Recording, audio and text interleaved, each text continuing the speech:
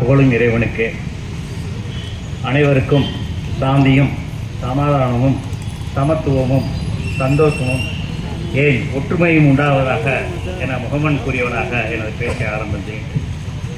நான் ஏன் சாந்தி சமாதானம் சமத்துவம் ஒற்றுமை இதெல்லாம் உண்டாகணும் அப்படின்னு சொல்லி இந்த மாலை வேளையில் உங்களுக்கு சொல்லி ஆரம்பிக்கிறேன் அப்படின்னா, இது எல்லாத்தையும் கெடுக்கக்கூடிய ஒரு அரசு, ஒன்றிய அரசு நம்மை தலைமை தாங்கி கொண்டிருக்கிறது அப்படின்றத நம்ம வந்து மறந்துடக்கூடாது.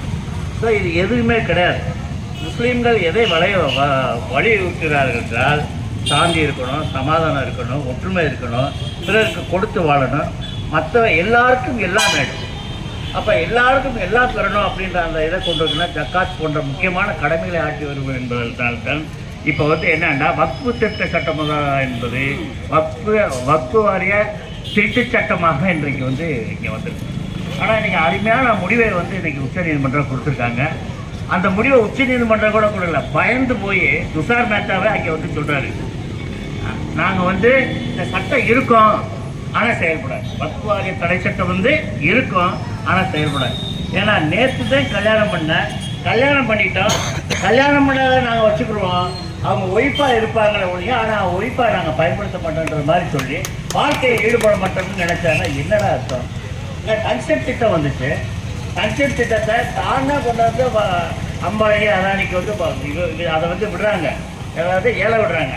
ஆனால் அதே ஆள் வந்து நாங்களே தடை செய்கிறோம் அப்படின்னு சொல்லி எங்கள் ஊரில் அந்த வரலாறை பற்றி வந்து பூர்வீக ஊர் என்னுடைய கூறு அதை அண்ணாமலை வந்து நான் சொல்கிறேன், நான் கண்டிப்பாக வந்து அதை வந்து உடனே தடை பண்ணுறோம் அப்படின்னு சொல்கிறேன். இது என்ன விதமான ஆட்சி என்பது எனக்கு புரியவில்லை. ஒன்றுமே இல்லை தலைவா.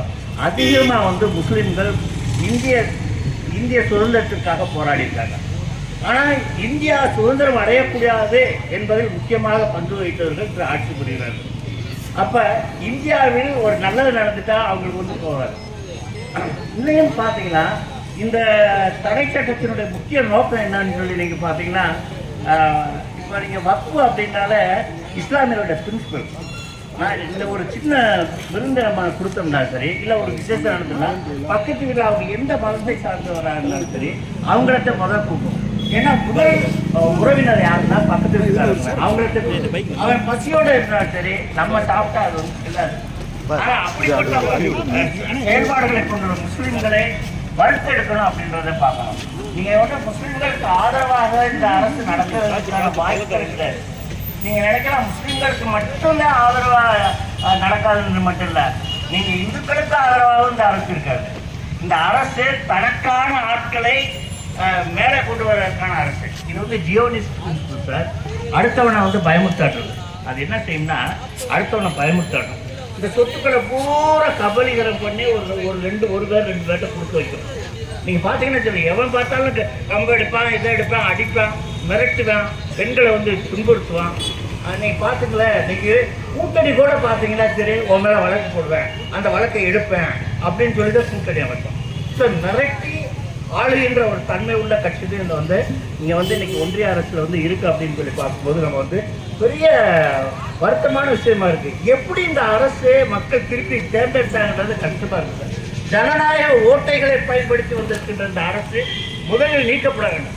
இவ்வளோ அவசரமாக போய் நைட்டு 2 மணிக்கு, நம்மளாவது 12 மணிக்கு சுதந்திரம் வாங்கணும் சார், நைட்டு 2 மணிக்கு இந்த சட்டத்தை வந்து கொண்டு வர வேண்டிய அவசியம் என்ன இருக்குது பாருங்க. உண்மையிலே இவ்வளோ அவசரமாக ஒரு சட்டம் போடணும்னா ஒரே ஒரு சட்டம் தான். இன்னைக்கு சட்டத்துக்கு எதிராக நடக்கிற ஒரு அரசு இல்லை இந்த ஒன்றிய அரசு. இந்த அரசை நீக்குவதற்காகத்தான் முதல்ல நம்மளாம் சேர்ந்து ஒரு சட்டம் கொண்டு முடிய, அதுதான் நல்லா சரியாக இருக்கும். உண்மையிலே நம்மளாம் விவரமாக இருக்கோம்டா, நம்ம ஒரு புதிய சட்டத்திட்டம் வேணும்டா. இனிமேலே சட்டத்திற்கு மாறுபாடாக நடக்கின்ற எந்த அரசாக இருந்தாலும் உடனே நீக்கலாம். அதுக்கு அந்த சட்டத்தை அதனுடைய பவரை வந்து உச்சநீதிமன்றத்துக்கு கொடுக்கக்கூடிய ஒன்றாக வந்து நம்ம வந்து கொண்டு வந்த மாதிரி தான் நல்லாயிருக்கும். அப்படி பார்த்தா இந்த மோடி அரசு கண்டிப்பாக இருக்காது. ஏன்னா ஒன்றுமே தெரியாத ஆளை நீங்கள் வந்து தேர்ந்தெடுத்தது தப்பு சார். எதுவுமே படிக்காத ஆளை நம்ம நாட்டினுடைய பிரைம் மினிஸ்டராக இருக்காரு, அதை ஏற்றுக்கிட்டு நம்ம வாழ்ந்துக்கிட்டு இருக்கோம். படித்தவங்க கூட ரோட்டில் இருக்காங்க சார், வேலை இல்லாமல் இருக்கான், அதை பற்றி சிந்தனை பண்ணலை. எத்தனை பேர் 80 கோடி பேர் வறுமையில் வந்து இருந்துட்டு இருக்கான். இவ்வளோ பெரிய நாட்டில் வறுமையில் இருக்கக்கூடியதை பாருங்கள், எந்த ஏதாவது சரியாக செய்கிறாங்களான்னு பாருங்கள். முஸ்லீம்களுக்கு எதிராக நடப்பது மட்டும் முக்கியம் இல்லை, வெறுப்பு அரசியல், மன வெறுப்பை தோண்டி உங்களை எல்லாம் உணர்வுபூர்வமாக வைத்துக்கொண்டு அதன் மூலமாக ஓட்டை பெற்றுக்கொண்டு அதுக்கு ஜனநாயக ஓட்டைகளை பயன்படுத்தி கொண்டு பணத்தை அந்த நேரத்தில் அள்ளி வீசி பார்க்கலாம். நீங்க பாருங்க, ஏதாவது உருப்படியாக செய்யற 2 நாள் கூட போடலாம். அவருடைய பிஜேபி தலைவர் முன்னாள் தலைவரை பார்த்தீங்கன்னா தெரியும், ஐபிஎஸ் முடிச்சுட்டு அவர் எங்கே ஐபிஎஸ் படித்தேன், ஏன்னா நல்லா கல்வியாளர். இங்கே இருக்கிற நீட் எழுத போகும்போது பூரா நம்மளால இதை முடியாவுத்து விடுறான், சட்டை கையை கட் பண்ணி விடுறான், எல்லாம் செய்யறான். ஆனால் அங்கே அப்படி இல்லை, மொத்தமாக குடும்பமாக உட்காந்து எழுதுறா பரிச்சையா வாடாண்டு. அப்படி வந்தாலாட்டு இந்த அண்ணாமலை இருப்பாரோன்னு தெரியும். இங்கே பாருங்க, ஒரு இவரை பாருங்க, ரவியை பாருங்க, கவர்னர் ஒரு திறமையான ஆளை போடக்கூடாதா? அவர் ஒரு ஐபிஎஸ் ஆபீசர். எப்படி வந்தாருன்னே தெரியாது சார். சட்டத்திற்கு விரோதமாக நடப்பது என்பதே இவர்களுடைய சட்டமாக இருப்பது. எந்த விதத்தில் இந்த நாட்டை உயர்த்தி பிடிக்கும் என்பதை பார்க்கணும். மக்களை நாமெல்லாம் ஒன்று கூட வேண்டும். அதற்கான போராட்டங்களை கட்டணும். இன்னைக்கு வெறும் சிபிஐ மட்டும்தான் இருக்கா? ஏன் நீ பாருங்க, நாங்கள் போற ஒரு உழைப்பாளி கஷ்டப்பட்டாலும் சரி, மற்ற எந்த சாதாரண மக்கள் கஷ்டப்பட்டாலும் சரி, இடதுசாரி கட்சிகள் தான் போராட்டத்தில் முன்னிலை நிற்கிறாங்க. ஏதோ தெரிஞ்சோ தெரியாமல இன்னைக்கு திமுக, காங்கிரஸ் மற்ற எல்லா கூட்டணிகளும் இதெல்லாம் நான் பார்க்குறீங்களா? இன்னைக்கு அவங்கெல்லாம் இணைந்து போராடுறதுனால தான் இந்த அளவுக்காக இந்த பிரச்சனைகள் வந்திருக்கு. ஏதோ ஒரு நல்ல உச்சநீதிமன்ற நீதிபதி சஞ்சீவ் கண்ணா இருக்காரு, அது ஏதோ அவருக்கு கொஸ்டின் பண்ணுறாரு. ஏன்னா 13ஆம் தேதி போக போறாரு. அவரை நியாயத்தை கேட்கிறாரு. கடைசி நேரம் நியாயமானு சொல்ல முடியாது. ஏன்னா இதை பார்த்தீங்கன்னா போராட்டம் இது இடிச்சேரியில் அவர் பாபர் மசூதியில் இடிச்சேரியில் தீர்ப்பு கொடுத்தவருக்கு பதவி கொடுத்தாங்க. ஏன்னா இங்கே என்னன்னா பதவிக்காக எல்லாம் செய்யக்கூடிய நீதிபதிகள் வந்துட்டாங்க. அரசியல் கண்டிப்பாக மக்களை சிந்தனை கொண்டவர்கள் கையில் ஒப்படைக்கப்பட வேண்டும். ஆட்சி அப்படித்தான் இருக்கணும். அப்படி இல்லாத ஆட்சியில் இது பண்ண முடியாது. இன்னொன்று ஒரு கருத்துக்களை மட்டும் சொல்லி முடிக்கிறேன், 5 நிமிஷத்துக்கு முடிச்சுக்கிறேன். இன்னைக்கு பார்த்தீங்கன்னா வக்ஃபுன்ற பிணைப்பு ஒரு பையன் காட்டுவான். இன்னைக்கு இந்த மாதிரி வக்ஃப் பை யூசர் பயன்படுத்துகிறான்னு சொல்லுவான்.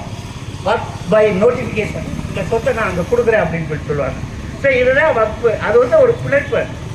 ஏன்னா இந்த மக்களுக்காக இந்த ஜமாத்தினுடைய நலனுக்காக இதை கொடுக்குறேன்னு சொல்லுவாங்க.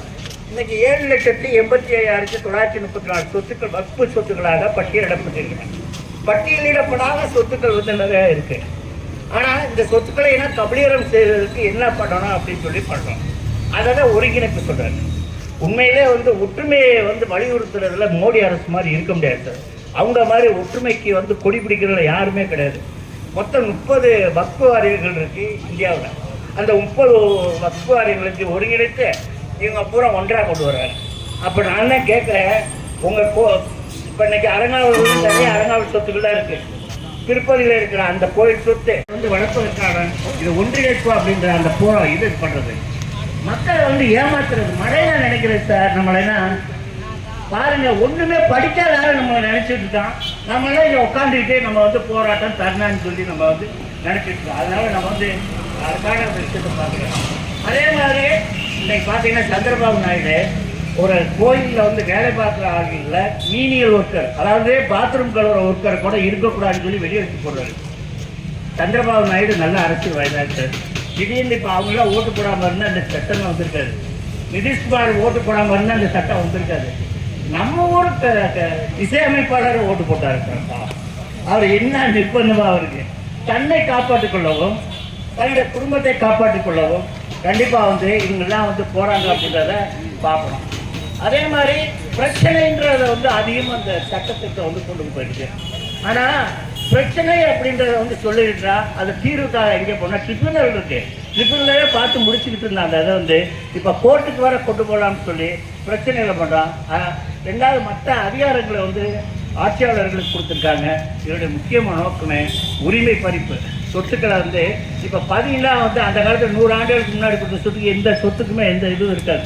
அதை பூரா பறிக்கிறது, சொத்துக்களை பிடுங்குறது, வேற ஒன்றும் கிடையாது. அதே மாதிரி மக்கள் வெறுப்பு சிந்தனைகள் வளர்க்கலாம். 14% இருக்கிற இன்னைக்கு இஸ்லாமியர்கள்ட்ட இன்னைக்கு பார்த்தீங்கன்னா மிலிட்ரி, ரயில்வே அடுத்த சுற்றி இவங்கிட்ட இருக்குன்னு சொல்லி ஒரு போலியான தகவல்களை கொண்டு சேர்த்து போடுறது. ஆனால் இப்படின்னா ஒரு தகவல்களை கொடுக்கும்போது மற்ற மாற்று மத சகோதரர்கள் என்ன நினைப்பாங்க அப்படின்னா, ஸோ இஸ்லாமியர்களுக்கு அவ்வளோ சொத்தா இவ்வளவு சொத்தா அப்படின்னு சொல்லி பண்ணுவோம். ஸோ வெறுப்பு அரசியலை வைத்து எதுவுமே செய்யறதில்ல. மக்களுக்கு வெறுப்பை மட்டும் வைத்து ஓட்டுவாங்கன்றது கில்லாடிகள் இப்போ ஆட்சி பார்த்துக்கங்க. அதை நீங்கள் பார்த்துக்கணும். ஆகவே இந்த ஆக்கிரமிப்பு சொத்துக்களை மட்டும் கபலீகரம் செய்கின்ற இந்த விஷயத்தை வந்து நம்ம பார்க்கணும். ரொம்ப முக்கியமான விஷயம் சார். வக்ஃபு செய்யறதுக்கு 5 ஆண்டுகள் ஒருத்தர் முஸ்லீமா இருக்கும்னா என்ன இருக்கும்? மத சுதந்திரத்திற்கு அடிப்படை